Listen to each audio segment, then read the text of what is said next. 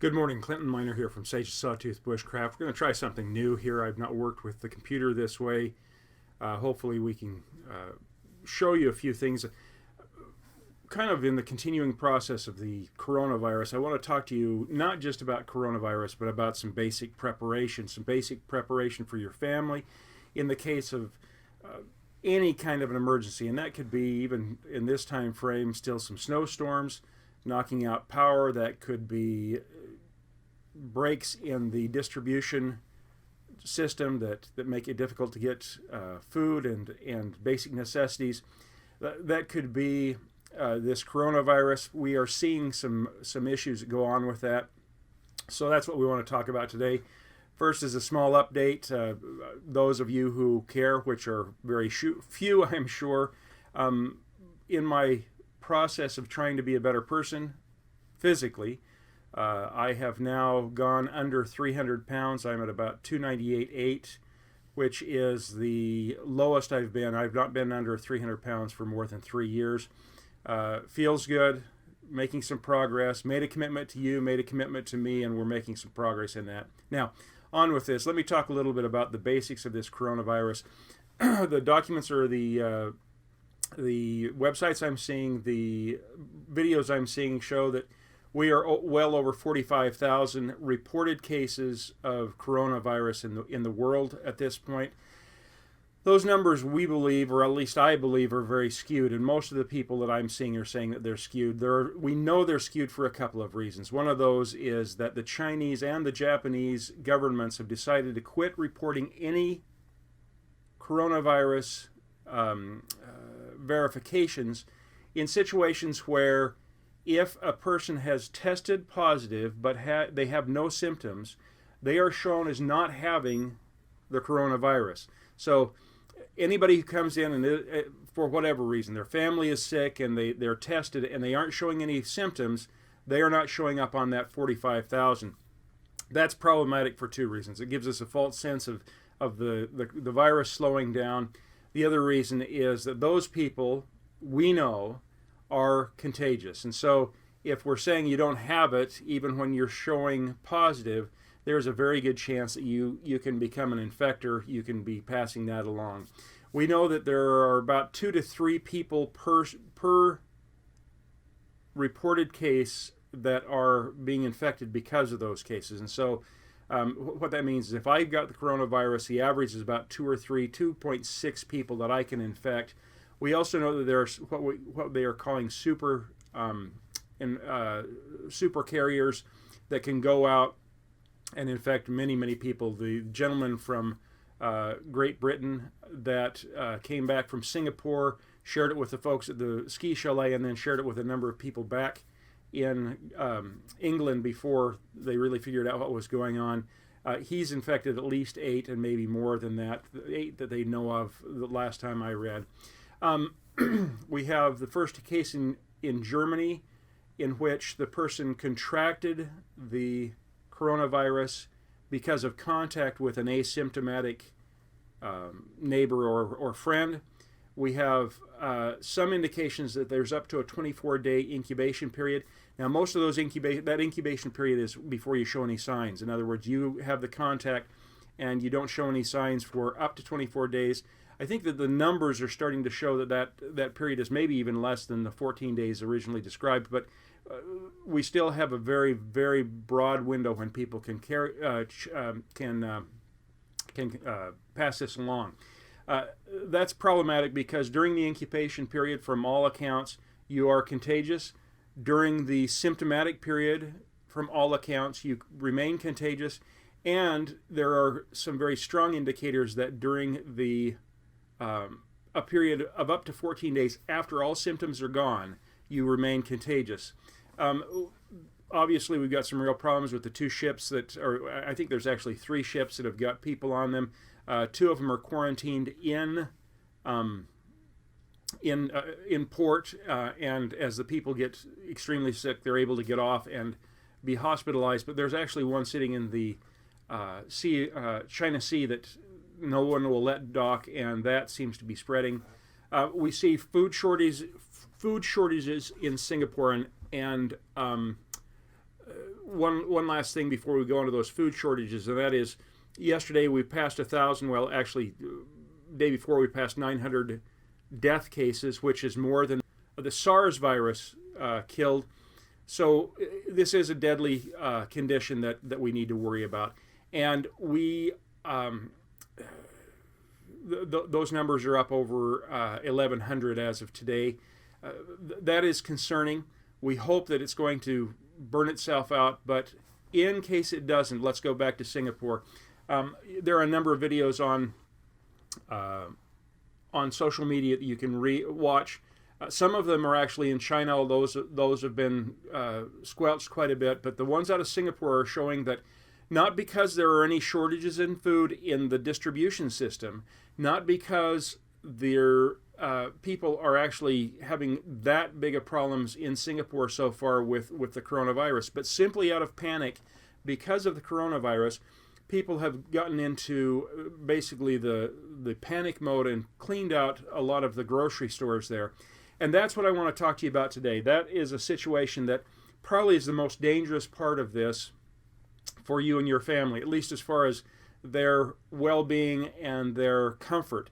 And that is, should this hit, and we have a population in a community like the Treasure Valley, Boise, where I am, a population in Denver, Seattle, Los Angeles. We have a situation in San Diego where a person, because of some mislabeling, tested negative, who had had contact with China, and a couple of days later they realized that, retested, and he tested positive, and they let him out in the interim. So for a couple of days he was wandering around. Don't know how much he was wandering around or how many people he was contacting, but a situation like that could turn into a hotbed in a community. And if it turns into that hotbed, you can almost certainly expect people to get that mentality of, I've got to get some things for my family. And so basic foodstuffs, water, toilet paper, those kinds of things can become difficult to find if you haven't already got those on hand. One last thing along those lines, I was at Costco about a week ago, and I don't know whether it was coincidental, but it was a Saturday afternoon when things are typically very well stocked and things are going well.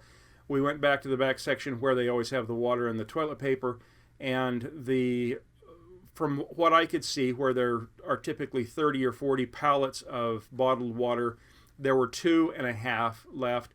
When we went down to the Kirkland toilet paper area, there were just a couple of pallets of those left. People were buying those up, and that doesn't surprise me because that's one of the main reasons I was there. We went in and got some bottled water and some toilet paper, a little more than we typically do, kind of augment what otherwise is a pretty good storage anyway, just on the chance that we've got to really shut down for a few months, that we don't have to deal with trying to find those things, interacting with people. And really, the value in this is if you stock up a little bit now, when the shortages hit because people get panicked, those people who are panicked are going to have the opportunity to buy because you're not one more person in line trying to get the same thing they are.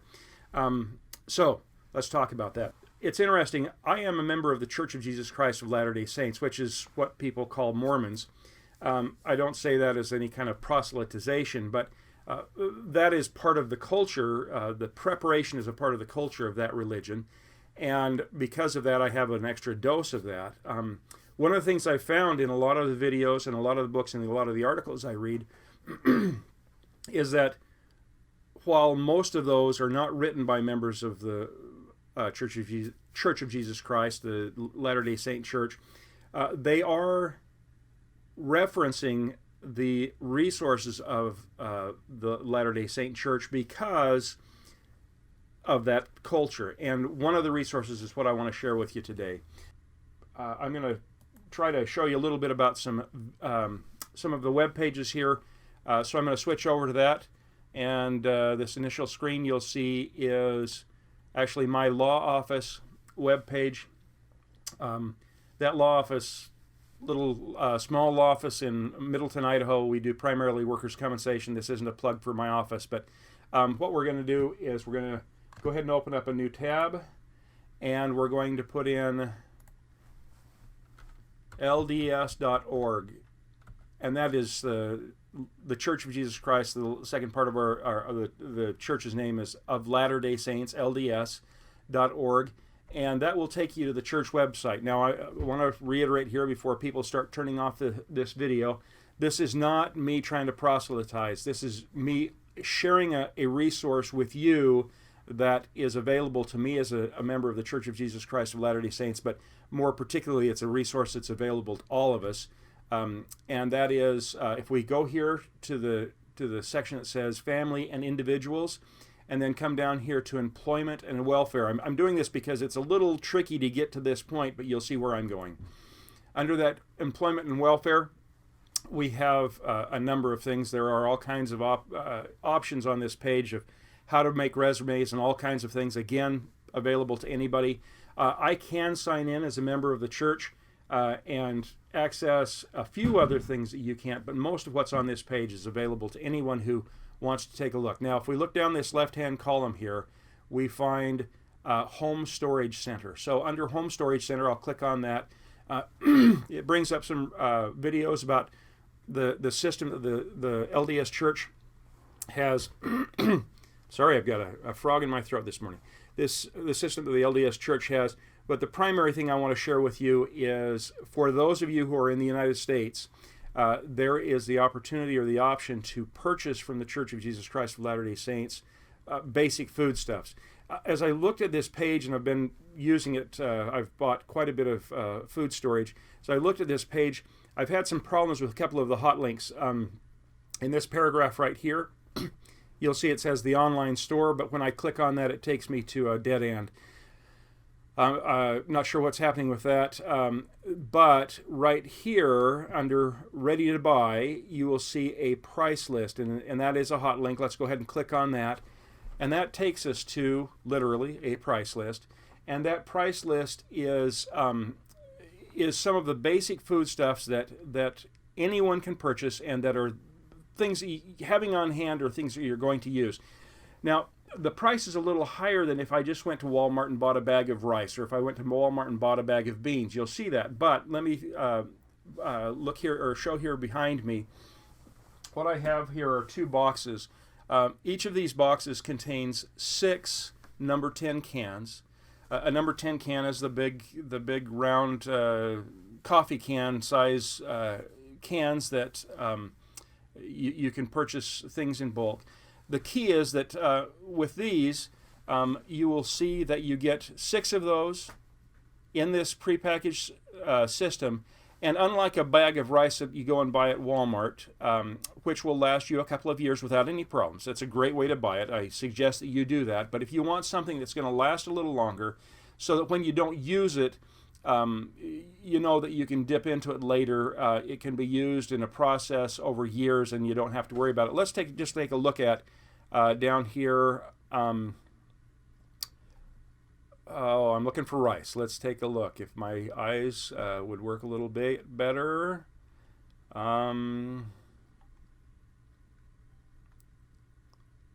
Okay, white rice. Sorry about that.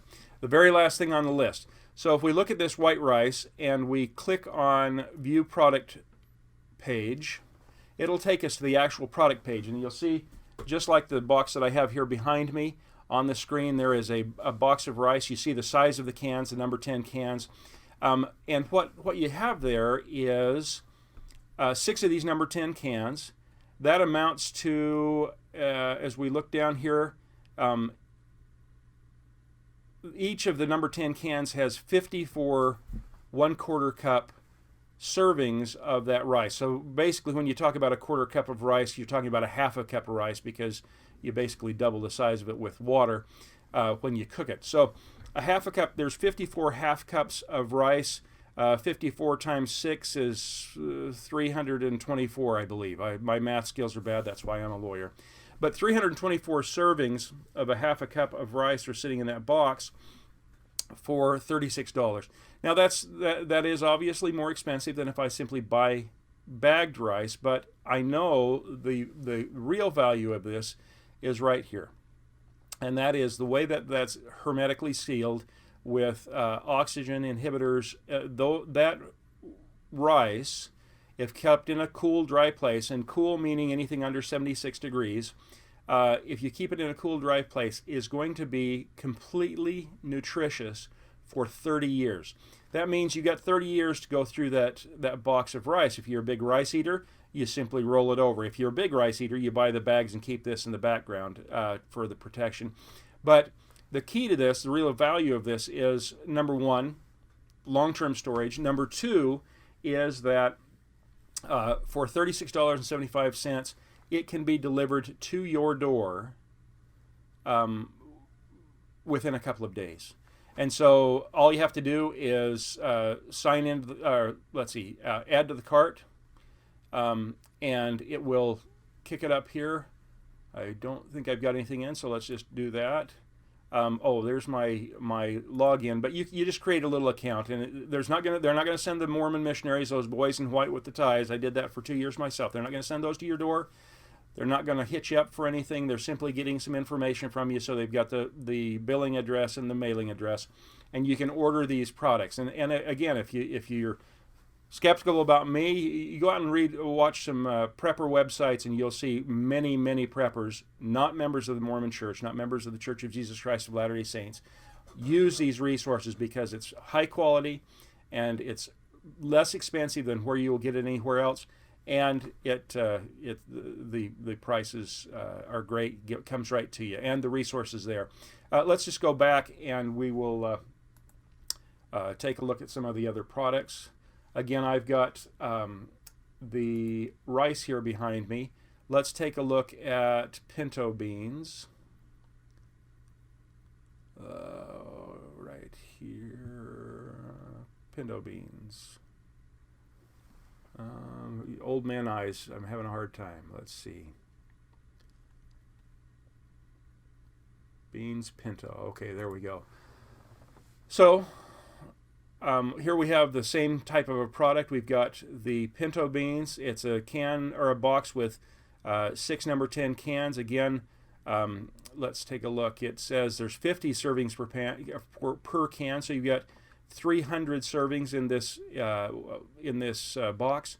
So again, 300 half cup servings, and that's $41.75. Now again, you can go buy beans cheaper than that, but those beans are going to be in a sack that only has a shelf life until they start to degrade or the bugs get into them. These are going to be protected from all kinds of vermin, and you know that it's there and available. We'll go back one more time and take a look at a couple of other products that I have purchased.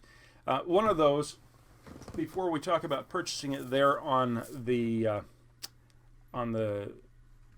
LDS Church webpage, let's go to this screen. I'm just going to share with you. One of the things I found, I carry a bottle of this, or at least a tube, a plastic tube, an old Zip Fizz tube full of this. These dried onions with me when I go hunting. One of the things I found is that if I've shot a grouse and I put some salt on it,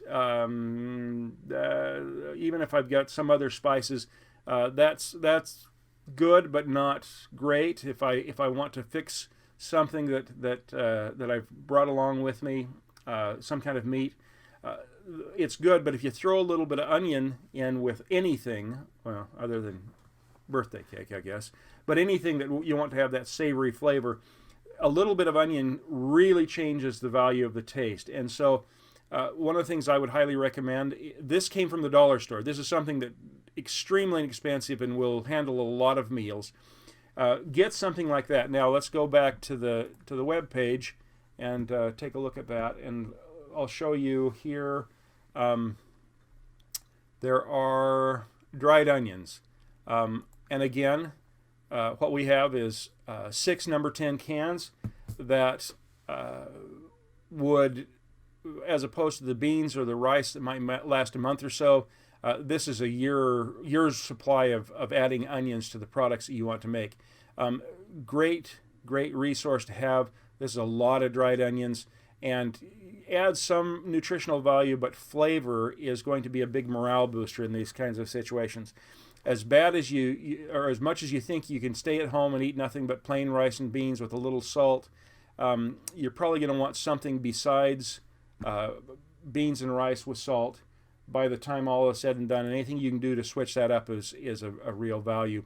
You'll see on here there's other products that you can purchase online that are available. Carrots, dried onions, sugar, which is another thing that, again, sugar's not going to go bad, and as long as you can keep bugs out of it, if you just want to buy it and put it in a food-safe 5-gallon bucket, you're good. But this is a nice way to have it available with everything else. You've got wheat. If you've got a wheat grinder or a way to process wheat, those are all available, and they have like a 30-plus year shelf life. So great products at a great price, a great way to take care of your family. I don't want to create a panic, but I don't want to be behind the curve if there is a panic. So folks out there, if you've got the opportunity to go out and get some of these products, whether it's through this LDS Church website or other websites, obviously you can go out and get freeze-dried food, substantially more expensive per serving. You can actually simply buy these products. I just wanted to share this one resource. I want to say one last thing, and that is, when you look at that website, before you start ordering online, look in your area to see if a store in your area, what that really is, the Church of Jesus Christ of Latter-day Saints typically has a number of what we call canneries. It's places where we put these things up, and a lot of it is done by volunteer work from members of the LDS Church. At those facilities, there's typically a location where it's kind of a small storefront where you can go in and pick these things up. And again, you don't have to be a member of the Mormon Church. You don't have to be a member of the Church of Jesus Christ of Latter-day Saints. You simply can go in and pick up these products. And if you look at the price list, you'll see that the online prices are typically about $9 more, and that's simply the shipping and handling.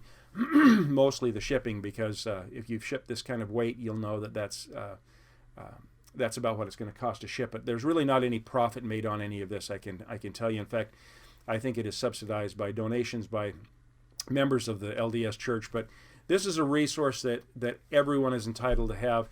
It's available to everyone. So if you look at the site.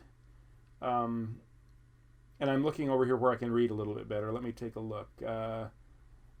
Find a location and view hours here on the website. You will see that various locations particularly throughout the West, those are right here under hours and locations, complete list, and it just simply goes, obviously, because the LDS Church is located or headquartered in Utah, there are a lot of locations in Utah. Let's go down and just take a quick look. You've got a number in Arizona, quite a few in California, and Colorado, Hawaii, Idaho. Again, quite a lot of LDS membership in Idaho.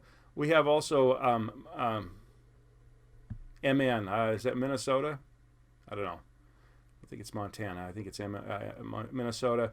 We've got Missouri, Kansas City, there's Montana, Missoula, Nebraska, New Mexico, Nevada, Oklahoma, Oregon, Texas. So it's much more broad spread than I thought. Washington. These products are available in a store at substantial savings if one of those is close to you, including Wyoming.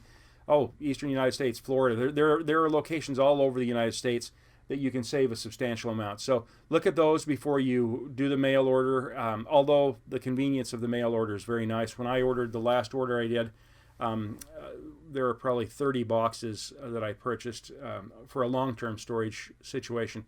And the UPS or FedEx guy, I don't know which one, came and hauled it right into the room I wanted it in, stacked it up for me, and there was no effort involved. So, folks, I appreciate your time on this. This is a resource that you can turn to. Find some of this for your family in case things go south now or in the future. All products that you're going to use, nothing that's going to be a bunker mentality. All things that are just good to have around. Good to have some of this long-term storage, even if nothing happens for now or the next 5 years. You know that 30 years from now, you've still got boxes of this that's going to help take care of your family. Clinton Miner here from Sage Sawtooth Bushcraft. When it comes to preparedness, it's like I said in a previous video. How lost would you be if your family didn't have something to eat and you had to go out and contend with or even fight the crowds for that food that your family needs? This is an opportunity for you to take care of your family and to move forward with true protection of your family. So don't get lost. Don't lose your family because of this. As we say at Sage Sawtooth Bushcraft, if you're prepared, you're never really lost. Thank you.